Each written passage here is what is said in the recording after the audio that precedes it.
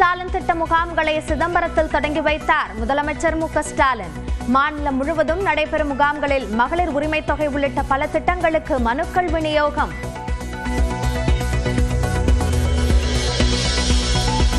TNPSC group 2A பிரிவுகளில் 645 பணியிடங்களுக்கு September 28ஆம் தேதி தேர்வு.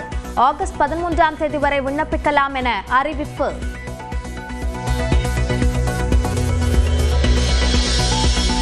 தமிழ்நாட்டில் நிர்வாக ஒதுக்கீட்டில் உள்ள மருத்துவ இடங்களுக்கான கட்டணம் இந்த கல்வியாண்டு முதல் உயர்கிறது.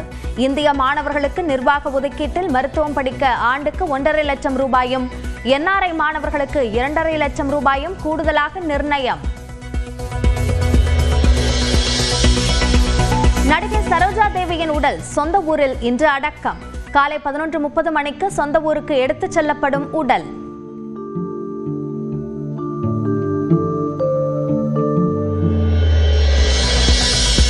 திருவள்ளூரில் ரயில் தீப்பிடித்து எரிந்த பகுதியில் சீரமைப்பு பணி முடிவுற்ற நிலையில் 10 கிலோமீட்டர் வேகத்தில் ரயில்களை இயக்க அறிவுறுத்தல்.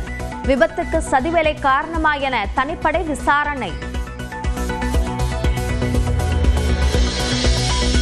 மாநிலங்களவை உறுப்பினராக வரும் 25ஆம் தேதி பதவியேற்கிறார் கமல்ஹாசன். நாடாளுமன்ற மழைக்கால கூட்டத்தொடர் 21ஆம் தேதி தொடக்கம்.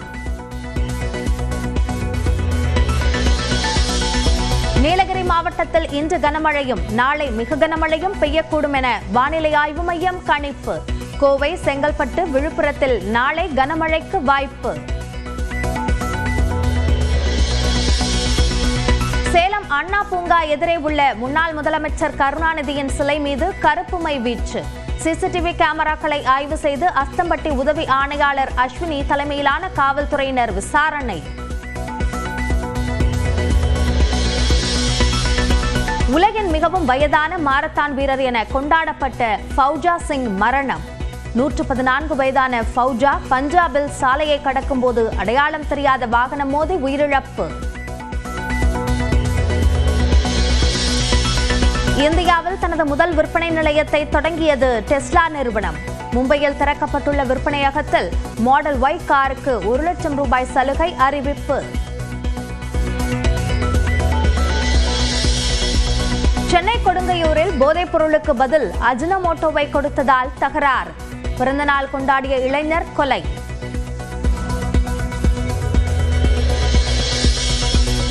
பெய்ஜிங்கில் சீன அதிபர் ஜி ஜின்பிங்குடன் வெளியுறவுத்துறை அமைச்சர் ஜெய்சங்கர் சந்திப்பு. இரு நாட்டு உறவை மேம்படுத்துவது குறித்து பேச்சுவார்த்தை. உக்ரைனுக்கு எதிரான போரை 50 நாட்களுக்குள் நிறுத்தவில்லை என்றால் 100% வரி விதிக்கப்படும். ரஷ்யாவிற்கு அமெரிக்க அதிபர் டிரம்ப் எச்சரிக்கை.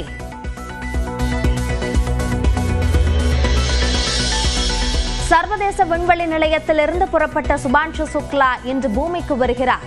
அமெரிக்காவின் கலிபோர்னியா அருகே பிற்பகல் 3 மணிக்கு கடல் பகுதியில் தரையிறங்க ஏற்பாடு. யூடியூபிலிருந்து பெறப்படும் வருமானத்திற்கான புதிய கட்டுப்பாடுகள் இன்று முதல் அமல். செயற்கை நுண்ணறிவு மூலம் உருவாக்கப்படும் வீடியோக்களுக்கு வருமானம் கிடையாது என அறிவிப்பு. இந்தியாவிற்கு எதிரான 3வது டெஸ்ட் போட்டியில் இங்கிலாந்து அணி த்ரில் வெற்றி. கடைசி வரை முயற்சித்த ஜடேஜாவின் போராட்டம் வீணானது.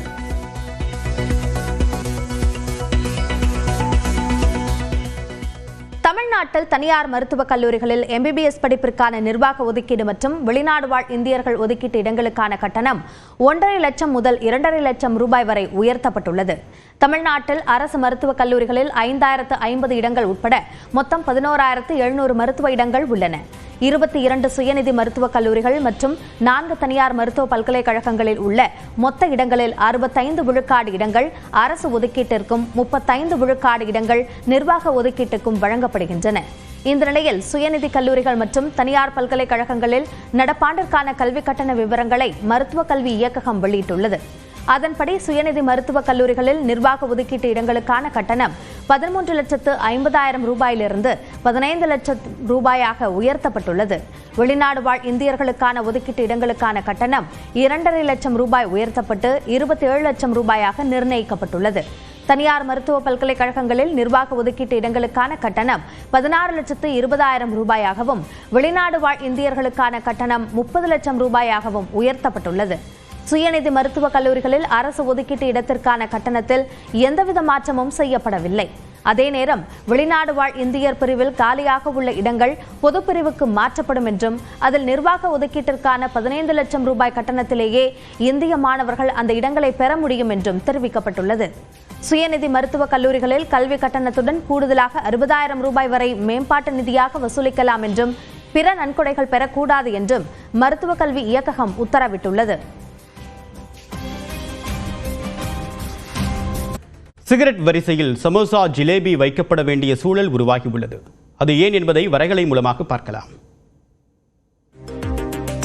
புற்றுநோய் உருவாகிறதுல புகையிலை பொருட்கள் எந்த அளவுக்கு முக்கிய பங்கு வகிக்குதோ அதே அளவுக்கு உடல் பருமனை ஏற்படுத்துவதில் நிறைய உணவுப் பொருட்கள் முக்கிய பங்கு வகிக்குது. இது தொடர்பாக ஒரு விழிப்புணர்வை ஏற்படுத்துவதற்கு மத்திய அரசு ஒரு முக்கிய திட்டத்தை வகுத்திருக்காங்க. அது என்ன அப்படின்றத பார்க்கலாம். அதாவது சிகரெட் புகையிலை பொருட்களில் இப்போ எச்சரிக்கை படங்கள் இருக்கு. இந்த புகையிலை பொருட்களை பயன்படுத்தினால் புற்றுநோய் ஏற்படும் அப்படின்ற விளம்பரங்கள் எல்லா பொருட்கள்லையும் புகையிலை பொருட்கள் சார்ந்த விஷயங்கள் இருக்கு. அதே மாதிரி உணவுப் பொருட்கள் அதிக அளவுக்கு நம்ம ஸ்நாக்ஸாக சாப்பிடக்கூடிய சமோசா, ஜிலேபி போன்ற உணவுப் பொருட்களில் எவ்வளவு சத்துக்கள் இருக்கு, எவ்வளவு கேலரி இருக்கு, எவ்வளவு உப்பு இருக்கு அப்படின்ற விஷயத்தை அச்சிடுவதற்கு மத்திய அரசு ஒரு திட்டத்தை வகுத்திருக்காங்க. இதுக்கு ஏன் கொண்டு வராங்க அப்படின்னு பார்க்கும்போது இந்தியா சந்திக்கக்கூடிய மிகப்பெரிய சவால்களில் உடல் பருமன் அப்படின்றது முக்கியத்துவம் பெற்றிருக்கு. 2050ஆம் ஆண்டு கணிப்பின்படி ஏறக்குறைய இந்தியாவில் மட்டும் 44 கோடி பேர் உடல் பருமனால் பாதிக்கப்பட்டிருப்பாங்க அப்படின்றது தான் மத்திய சுகாதாரத்துறையுடைய புள்ளி விவரமாக இருக்கு. இதை எதற்காக கொண்டு வராங்க அப்படின்னு பார்க்கும்போது, உதாரணத்திற்கு ஒரு சமோசா சாப்பிட்றீங்க அப்படின்னா ஒரு 100 கிராம் சமோசால 260 கேலரி சத்து இருக்கு, கொழுப்பு 17 கிராம் இருக்கு, உப்பு 423 மில்லிகிராம் இருக்கு.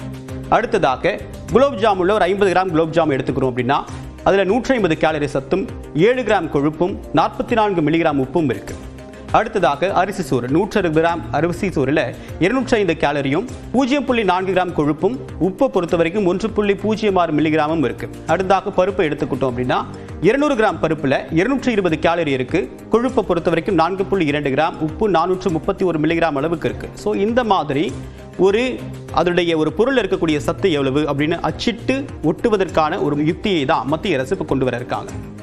ஒரு நாளைக்கு எவ்வளவு தேவை, நமக்கு சத்து எவ்வளவு தேவை அப்படின்னு பார்க்கும்போது குழந்தைகளாக இருந்தால் 1000 முதல் 1200 வரைக்கும் கேலரி நமக்கு தேவை அன்றாட வாழ்க்கைக்கு. பெரியவர்களாக இருந்தால் 2000 முதல் 2200 வரைக்கும் கேலரி நமக்கு தேவை அப்படின்றது தான். ஆனால் இதை தாண்டி நாம் எடுத்துக்கும் போது தான் உடல் பருமனுக்கு காரணமாக இருக்கு. உப்பு ஒரு தேக்கரண்டிக்கு மேல் கூடாது, அதாவது சராசரியா 6 கிராமுக்கு மேலே கூடாது அப்படின்றது தான் மருத்துவர்கள் சொல்லக்கூடிய அறிவுரையா இருக்கு. சர்க்கரை 25 கிராம் அப்படின்னு சொல்றாங்க. 25 கிராம் அப்படின்னா ஒரு 6 டீஸ்பூனுக்கு மேலே கூடாது அப்படின்றது அவங்க சொல்லக்கூடிய அம்சமா இருக்கு.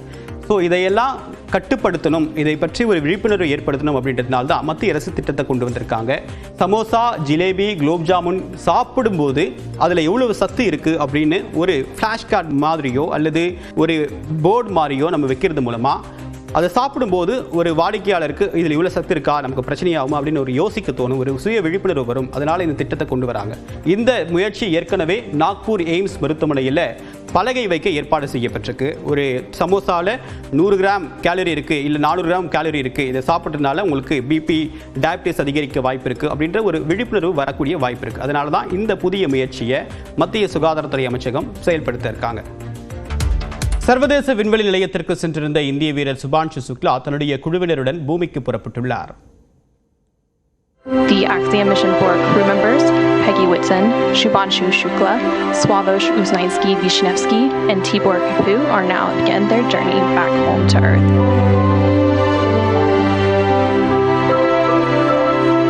அமெரிக்காவில் உள்ள ஆக்சியம் ஸ்பேஸ் என்ற தனியார் நிறுவனம் நாசா, இஸ்ரோ மற்றும் ஐரோப்பிய விண்வெளி முகமையுடன் இணைந்து ஸ்பேஸ் எக்ஸ் நிறுவனத்தின் டிராகன் விண்கலத்தில் கடந்த ஜூன் 25ஆம் தேதி சர்வதேச விண்வெளி மையத்திற்கு 4 விண்வெளி வீரர்களை அனுப்பின. இதில் இந்திய விமானப்படை வீரர் சுபான்ஷு சுக்லா, அமெரிக்காவின் பெக்கி விட்சன், ஹங்கேரியின் திபோர் கபு மற்றும் போலந்தின் ஸ்லாவோஸ் உஸ்னான்ஸ்கி ஆகியோர் இடம்பெற்றிருந்தனர். இவர்கள் சென்ற விண்கலம் 28 மணி நேர பயணத்திற்கு பின் சர்வதேச விண்வெளி மையத்தை ஜூன் 26ஆம் தேதி மாலை சென்றடைந்தது. விண்வெளி நிலையத்தினுள் சென்ற 4 வீரர்களை அங்கு ஏற்கனவே தங்கியுள்ள வீரர்கள் ஆறத் தழுவி வரவேற்றனர்.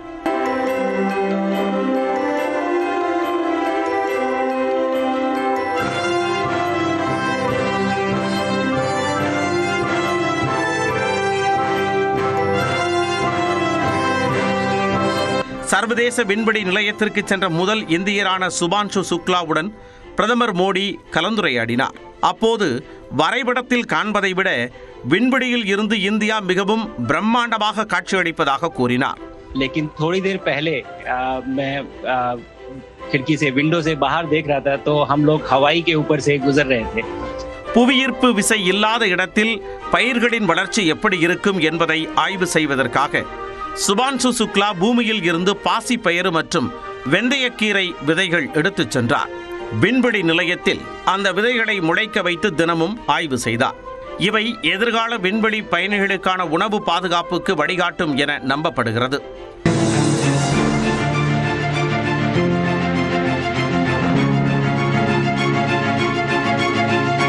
மொத்தமுள்ள 60 அறிவியல் ஆய்வுகளில் இந்தியா தலைமையில் 7 முக்கிய ஆய்வுகளை சுபான்ஷு சுக்லா மேற்கொண்டார்.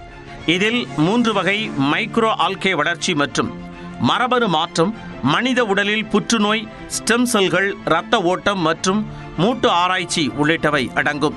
சர்வதேச விண்வெளி மையத்தில் 18 நாட்கள் தங்கியிருந்து பல்வேறு ஆய்வுகளை மேற்கொண்ட சுபான்ஷு சுக்லா உள்ளிட்ட குழுவினர் தங்களது ஆய்வுகளை முடித்துக் கொண்டு டிராகன் விண்கலம் மூலம் நேற்று மாலை பூமியை நோக்கி புறப்பட்டனர்.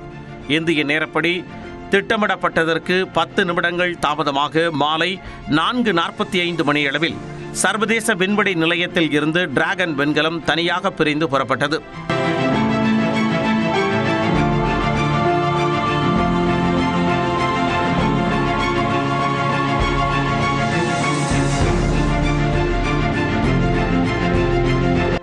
இந்த விண்கலம் 22 மணி நேர பயணத்திற்கு பிறகு 17,000 கிலோமீட்டர் வேகத்தில் கீழே வரவுள்ளது. ஆனால் ஸ்பிளேஷ் டவுன் எனப்படும் முறையில் அமெரிக்காவின் கலிபோர்னியா அருகே இன்று மாலை 3 மணி அளவில் கடலில் மெதுவாக இறங்க உள்ளது. இதன் மூலம் சர்வதேச விண்வெளி நிலையத்திற்குள் நுழைந்த முதல் இந்தியர் என்ற வரலாற்று சாதனையை படைத்து சுபான்ஷு சுக்லா இந்தியாவிற்கே பெருமை சேர்த்துள்ளார். சுபான்ஷு சுக்லாவின் இந்த வெற்றி பயணம் மனிதனை விண்ணுக்கு அனுப்பும் ககன்யான் திட்டத்திற்கு பேருதவியாக அமையும் என்று ஆராய்ச்சியாளர்கள் கருதுகின்றனர்.